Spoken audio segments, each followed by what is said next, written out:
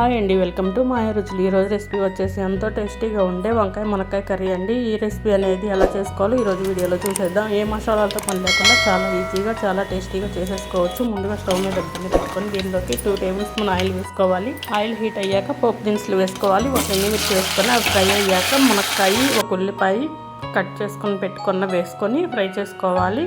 వేసుకొని గంటితో ఇలా బాగా మిక్స్ చేసుకోవాలి. ఇవన్నీ నూనెలో బాగా మగ్గాలండి. మూత పెట్టుకొని మగ్గించుకోవాలి. దీనిలోకి ఇప్పుడు మూత తీసి 2 కరివేపాకు రెబ్బలు దూసి వేసుకోవాలి. కరివేపాకు రెబ్బలు కూడా వేసుకొని ఇలా గంటితో బాగా మిక్స్ చేసుకోవాలి. ఇప్పుడు దీనిలోకి 1 టేబుల్ స్పూన్ ఉప్పు వేసుకోవాలి. 1/2 టీ స్పూన్ పసుపు వేసుకోవాలి. ఇవన్నీ వేసుకొని గంటితో మళ్ళీ బాగా మిక్స్ చేసుకోవాలి. ఇవన్నీ మిక్స్ చేసుకున్నాక మూత పెట్టుకొని 2 నిమిషాలు మగ్గించుకోవాలి. 2 నిమిషాల తర్వాత మూత తీసి దీనిలోకి 1 టీ స్పూన్ కారం వేసుకోవాలి. కారం వేసుకొని బాగా తిప్పుకోవాలండి. బాగా కారం పచ్చివాసన పోయేంత వరకు మగ్గించుకున్నాక దీనిలోకి వాటర్ పోసుకొని ఉడికించుకోవాలి. ఇలా గంటితో బాగా మిక్స్ చేసుకొని మళ్ళీ మూత పెట్టుకొని ఉడికించుకోవాలి. మనం పోసిన వాటర్ అన్ని దగ్గరికి ఎగిరిపోయిందాక ఉడికించుకుంటే అంతేనండి, ఎంతో టేస్టీగా ఉండే వంకాయ మునక్కాయ కర్రీ రెడీ అయిపోతుంది.